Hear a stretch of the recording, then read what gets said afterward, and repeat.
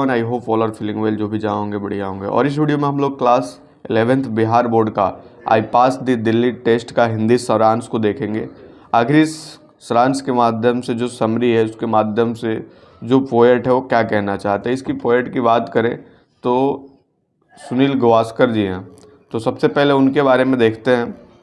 Sunil Manohar Gavaskar, SM Gavaskar उनका short form जो यहाँ पे दिया है, SM गावस्कर। और इनका जो पूरा नाम होगा सुनील मनोहर गावस्कर। बॉर्न ऑन 10 जुलाई 1949। उनका जो जन्म होता है 10 जुलाई 1949 को होता है। Has been legendary Indian opening batsman, वो काफ़ी लीजेंडरी बैट्समैन है।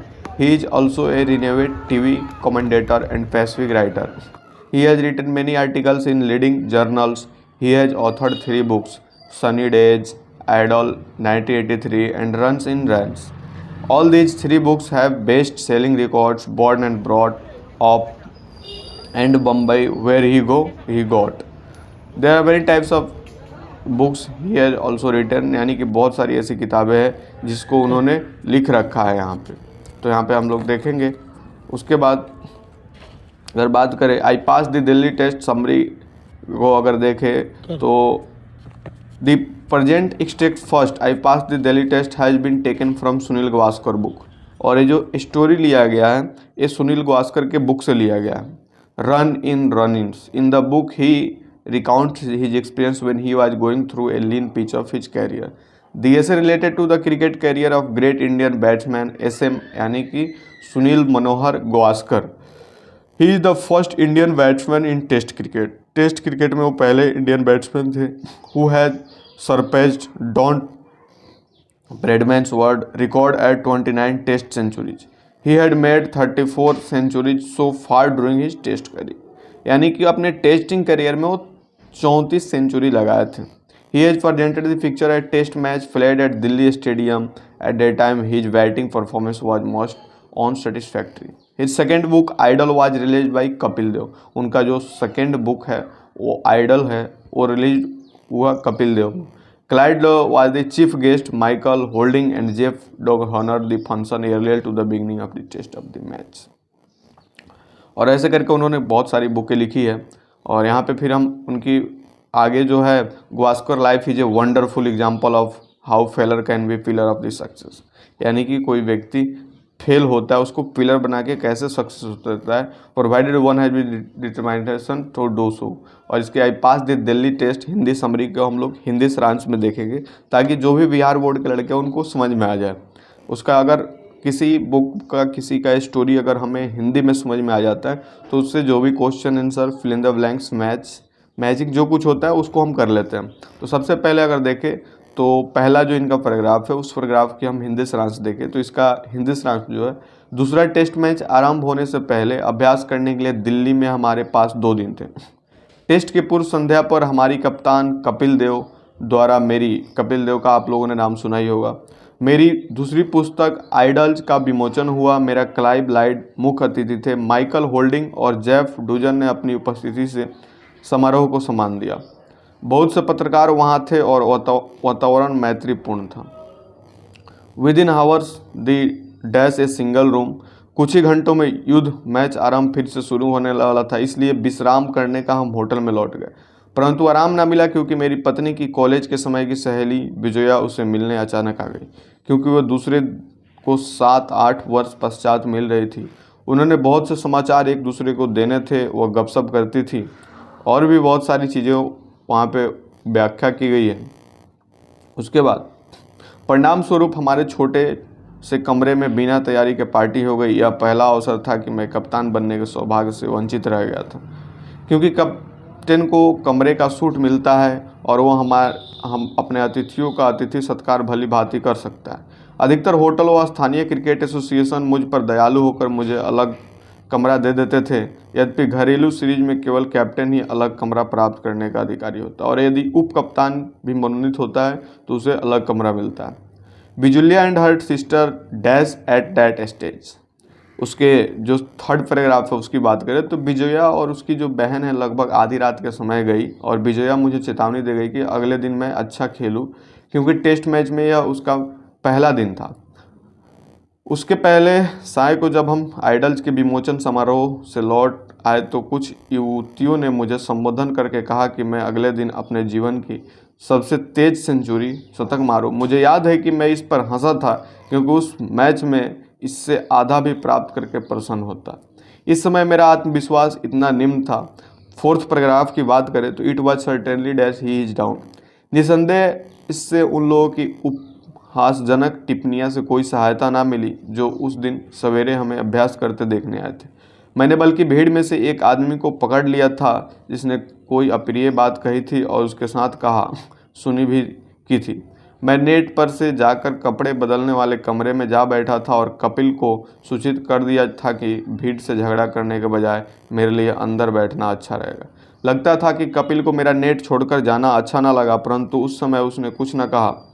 मेरा इरादा भीड़ के कटाक्षों से परेशान होने के बजाय शांत होकर आराम करने का था। भारत में सब जगह भीड़ मूलतः एक समान है और वे जब कोई आदमी हार रहा हो तो उसे ठोकरें मारने में विशेषकर दक्ष होता है भारतीयों का।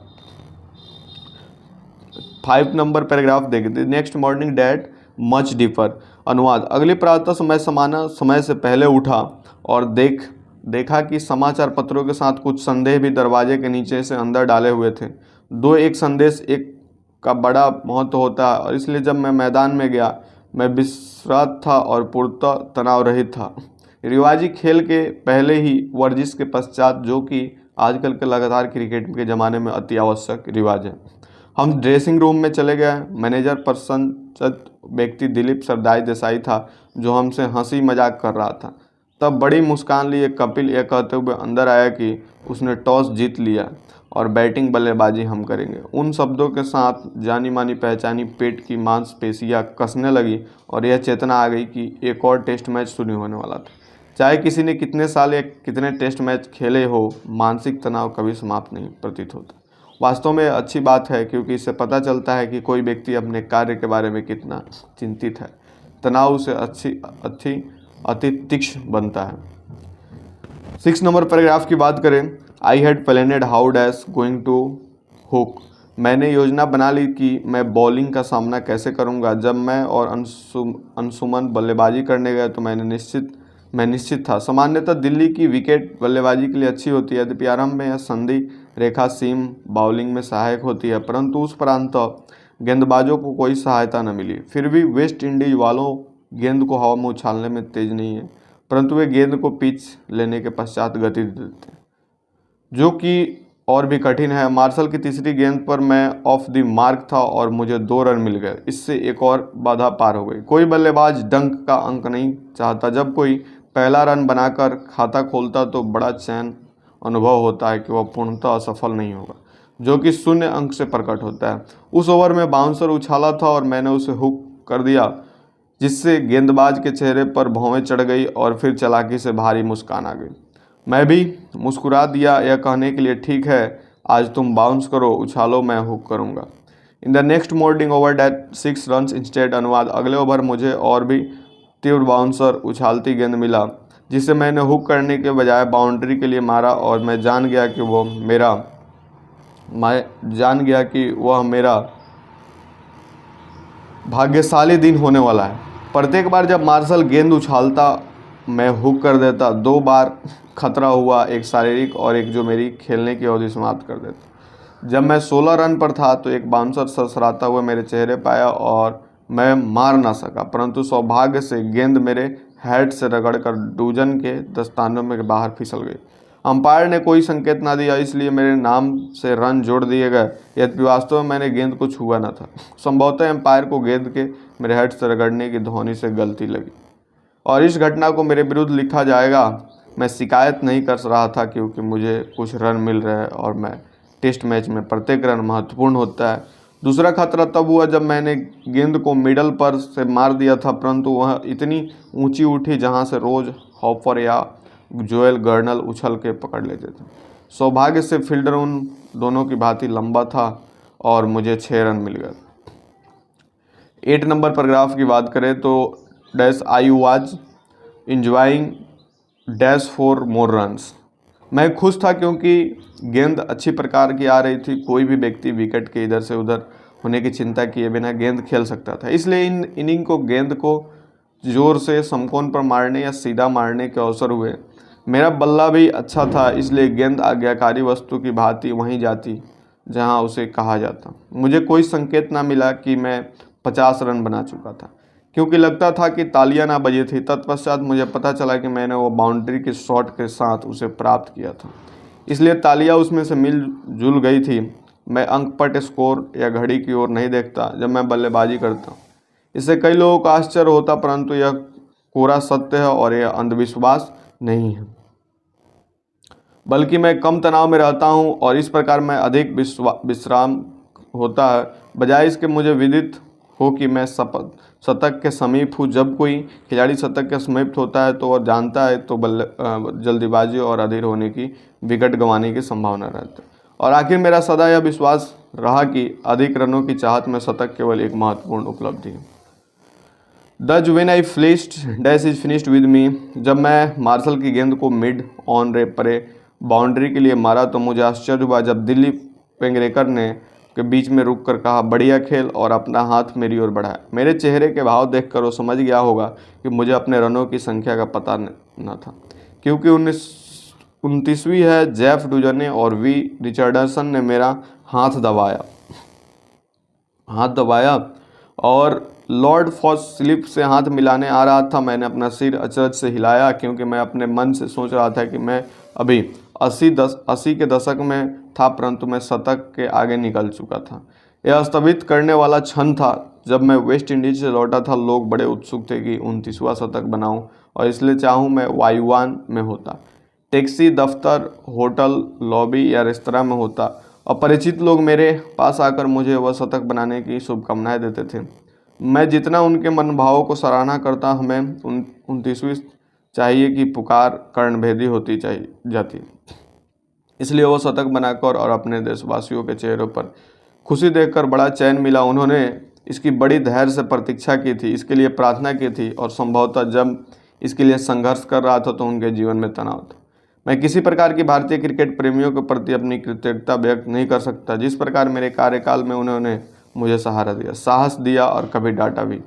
मैं तो यही कल्पना करता हूं कि मैं उनकी प्रेम भरी दिलचस्पी का बदला, जब तक मैं टेस्ट मैच खेलना पसंद नहीं करता, तब तक अधिक से अधिक रन बनाने का प्रयास करके चुकाऊंगा।